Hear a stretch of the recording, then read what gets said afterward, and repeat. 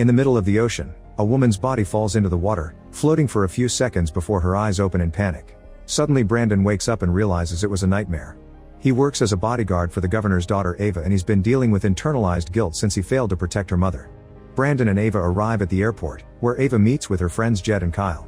They're going on a trip together, and the boys aren't happy that Brandon is coming too, but Ava explains her father wouldn't have let her come without security. Once they board the plane, Ava and the guys sit in the back for privacy, and Ava can't help noticing it's strange for a flight to have so few passengers. Shortly after they take off, the plane shakes a little bit, but it's considered normal. Moments later the plane starts shaking again, and the engine can be seen heating up. The pilot tells the passengers that they accidentally hit some birds and there isn't anything to worry about. However, soon the plane starts shaking again, and an engine catches on fire. At that moment the pilot asks everyone to fasten their seat belts, and as everyone starts to fear for their lives, a part of the engine breaks and flies off to hit the side of the plane, killing a passenger. The crack in the wall causes a pressure change and everything starts flying off or shaking inside the plane too, with all the bags falling off and hitting people on the head. Passengers who didn't fasten their seat belts are pushed off their seats and thrown across the plane even when they try to hold onto other people's hands. In just a few seconds a wall blows off and creates a huge hole on the side of the plane, causing tons of people to fly away to their deaths. Brandon tries to hold onto a floating man, but the wind is too strong and the guy is blown away as well. Another guy tries to hold onto the seats, however the metal can't hold on for much longer and the few seats fall off with the guy still on them. A flight attendant tries to help a guy who is about to fall, only to end up falling with him. After losing most of its passengers, the plane starts falling at great speed and crashes into the ocean, where the water immediately starts flooding it.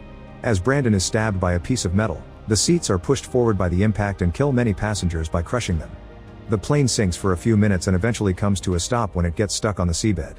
Thanks to the plane being stuck in an angle, an airlock is formed at the back, so Ava and her friends plus flight attendant Danilo are alive. However, Kyle has a broken bone in his arm. The group stares at the water, worried about the weird noises they are hearing. Suddenly Brandon comes out, bringing Rosa and her grandmother Marty to the safe area. Marty is unconscious, so Danilo starts doing chest compressions, and after a few minutes of nothing, Marty wakes up. Then Rosa asks about her grandfather, and Brandon has to tell her and Marty that he sadly didn't make it. The group starts to panic, so Brandon immediately takes over leadership to calm everyone down. The airlock means they're safe for now, so they need to stay calm and wait for rescuers to find them. Ava checks her phone, but there's no reception under the sea. She points out there's a hole in the plane and that they should swim out, but Brandon explains their chances to survive like that are low, so they must stay and wait. Danilo informs them that the pilots must have called for help before the crash, so help should be here soon. Afterward Brandon explains they should have backup oxygen just in case. Danilo says the plane has 2 tanks in the back for emergencies, but when he checks on them he finds them empty. At that moment Marty remembers that one of the passengers had a medical oxygen tank, so Brandon volunteers to jump in to find it. Before he leaves, Marty asks him if to bring her husband's hat. Brandon dives in and swims through the corridor as he checks the passengers who died in their seats. He finds the husband's hat and takes it, not noticing something swimming by the window. Then he finds the oxygen tank and takes it as well before checking on the hole. He decides to swim further to search for anything else he can take, and to his shock, he's suddenly attacked by a shark that enters through the hole. The creature immediately bites Brandon and he struggles against it, trying his best to get it off him. Meanwhile the group gets worried because they see the ripples in the water indicating something is going on. Suddenly the ripples disappear and Brandon resurfaces, telling the others to stay back while revealing some severe wounds on his body. Breathing heavily, he hands the others the oxygen tank and the hat before apologizing to Ava. Then he's dragged back into the water and the group sees the shark's tail peek out while the creature eats the poor man. Terrified, the group moves back to hide in the employees area and agrees they should keep on waiting as Brandon says. Then Marty offers to take care of Kyle's arm, explaining she used to be a nurse during wartime and that's how she met her husband. Kyle screams in pain when Marty pushes the bone back into place, and using some thick magazines and bandages, she improvises a splint. Outside, a helicopter is flying near the area in search of the fallen plane. They have priority orders because they know the governor's daughter is among the victims, but for now they don't see anything. Back to the survivors, they hear some creaking and the plane moves for a few seconds, indicating it may fall again at any moment. Jed is starting to get too negative, and Danilo opens the oxygen tank Brandon retrieved. At that moment they see the water getting red and the noises make them realize the sharks have come inside to eat the drowned bodies. Suddenly the plane shakes a little and they see the sharks swimming by their window, hitting random plane parts as they move. Rosa is getting too scared and Ava tells her not to worry because she's sure they'll be rescued. However, the helicopter still hasn't found anything and doesn't have much fuel left. The group keeps track of the water level and calculates they still have around 3 or 4 hours before the water reaches the back. However, they also keep hearing the metal creaking and notice some water leaking through the ceiling, so they can't be sure if the plane will hold up that long. Suddenly the plane starts falling, sliding down for several minutes and causing a bunch of rocks to fall off until it gets stuck again. Thankfully the group holds on and nobody gets hurt, but this new angle is causing the water level inside the plane to rise faster. Since the seabed obviously isn't as solid as they thought, the group agrees they have no choice but to swim out of the plane. They'll need to find some way to distract the sharks, and Rosa says she learned at school that sharks don't like bubbles. There's still the problem of being able to hold their breath for that long, and Kyle suddenly remembers something. Some passengers were traveling with scuba equipment. Danilo explains those things are in the baggage hold and there's a hatch that would give them access, however the oxygen tanks are probably empty, otherwise they wouldn't have been allowed in the plane. Ava thinks the rest of the scuba equipment could still be useful, but Jed is too pessimistic, so Ava pretends she needs to pee and hides in the bathroom, where she has a breakdown as she hears the plane creak. When she comes out, Ava teaches Rosa it's okay to be frightened. Outside, the helicopter only has 15 minutes of fuel left. At that moment they finally find plane parts floating around, so 2 divers jump into the water to start the search. It doesn't take them long to find the plane, and as soon as they come closer the group starts making gestures at the window. One of the divers swims toward the hole while the other approaches the window to tell the survivors it's all fine now. Suddenly the shark appears behind him and he doesn't notice it, so the group tries to warn him. The diver turns around and finds nothing, but when he looks at the plane again, he's pulled down by the shark and killed. After hearing lots of noises above the plane, the group looks out the window and sees the diver's leg floating away. Remembering the other diver, the survivors check out the corridor, but nobody shows up, so they assume that guy is also dead. Outside, the helicopter has almost run out of fuel, so they have no choice but to leave. At least they have the coordinates and backup is already on its way. Back to the survivors, Ava points out that if the other diver is dead, they could take his oxygen tank. She looks underwater and notices a shadow, but she can't know for sure.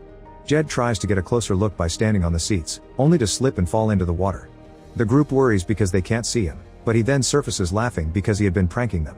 However, he doesn't come out in time and the shark soon finds him, catching with his toothy mouth. As Jed struggles against the shark's attack, the group comes closer to grab his arms and pull, managing to get Jed away from the shark and into safety. Unfortunately, they discover that Jed is missing a leg, so Marty makes Rosa stand behind the curtain while she takes care of the wound. Using some seatbelts, Marty makes a tourniquet to stop the bleeding, and Jed cries when he realizes he won't be able to participate in any more triathlons. Still determined to get out of there, Ava volunteers to go search for the scuba equipment. Danilo opens the hatch and they discover the baggage hold is also flooded, but Ava dives in anyway. With a flare, she looks around the area, unaware that something else is swimming behind the bags. Eventually she finds the scuba equipment, only to suddenly be startled by an octopus at the same time the flare goes out. The others begin getting worried when they see no more light, but thankfully soon Ava returns with the equipment. The group opens the bags to find diving suits and masks, but there are only 4. At that moment they hear something hitting the plane and rush to check the window, but no diver is around, so it must have been a shark. By the time they turn around again, Jed is already dead. A desperate Ava tries to do chest compressions, but Marty pulls her back, making her see the truth. Suddenly the plane slides down again, but this time it stops quickly because the cockpit breaks and acts as an anchor. Water is rising faster, so they need to get out fast. Remembering Rosa's fun fact, they plan to use the small oxygen canisters from the emergency masks to blow bubbles at the sharks. There's still the matter of swimming such a distance, and Kyle breaks down, confessing a childhood accident that left him traumatized and made him a bad swimmer. However, with Ava and Rosa's supporting words, he agrees to try.